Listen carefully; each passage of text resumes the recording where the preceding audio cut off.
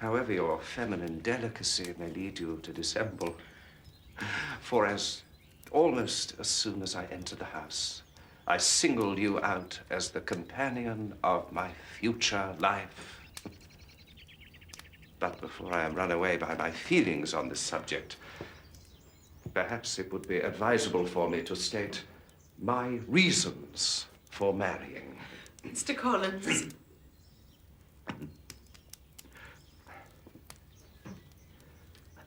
My reasons for marrying are, first, that I think it a right thing for every clergyman to set the example of matrimony in his parish.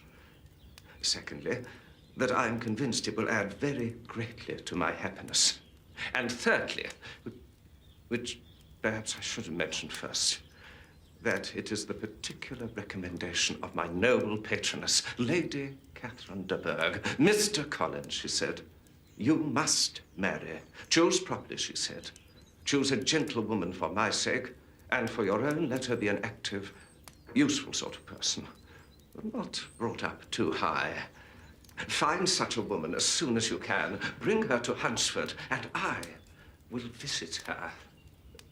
And your wit and vivacity, I think, must be acceptable to her, when tempered with the silence and respect which her rank will inevitably excite.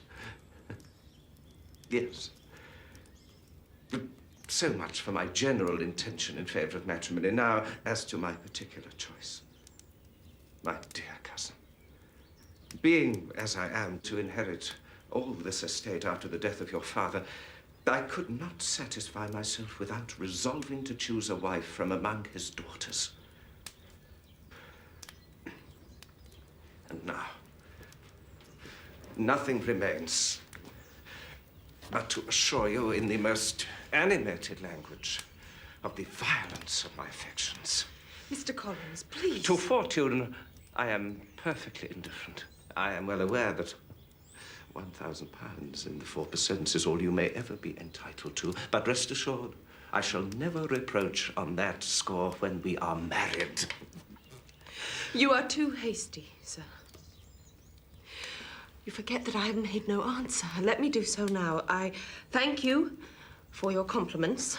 I am very sensible of the honor of your proposals, but it is impossible for me to accept them.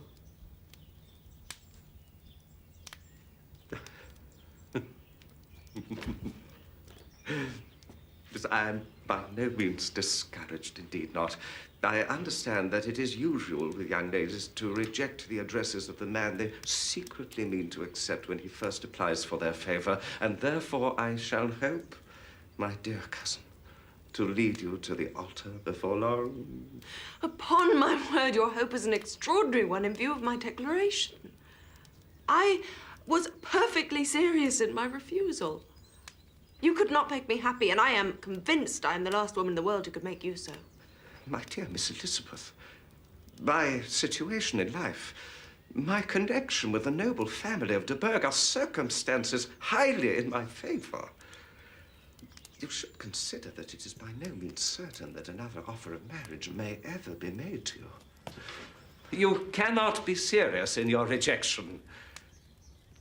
I must attribute it to your wish of increasing my love by suspense, in the usual manner of elegant females. I assure you, sir, that I have no pretensions to the kind of elegance which consists in tormenting a respectable man. I thank you for the honor of your proposals, but to accept them is absolutely impossible. My feelings forbid it in every respect. Can I speak plainer? You are uniformly charming.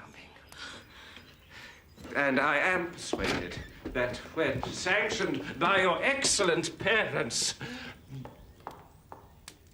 my proposals will not fail of being acceptable.